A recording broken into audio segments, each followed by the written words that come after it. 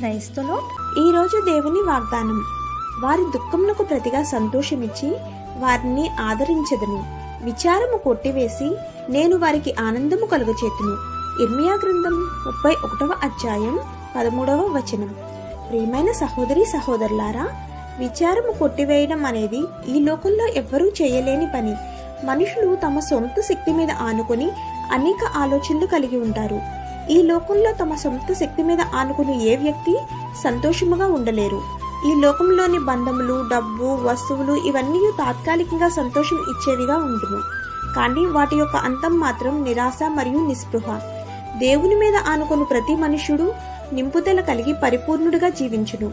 అన్నీ ఉన్నప్పుడు ఏమీ లేనప్పుడు సంతోషము ఒకేలాగా ఉండును.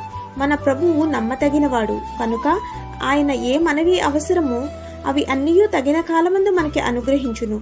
మన దుఃఖమునకు ప్రతిగా ఆయన సంతోషమిచ్చి మనలను ఆదరించు దేవుడు. కాబట్టి మన సొంత శక్తి మీద కాక ఆయన మీద నమ్మిక ఉంచి సాగుదుము కాక.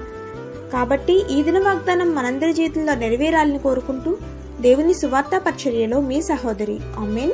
God bless you. Download ShareChat.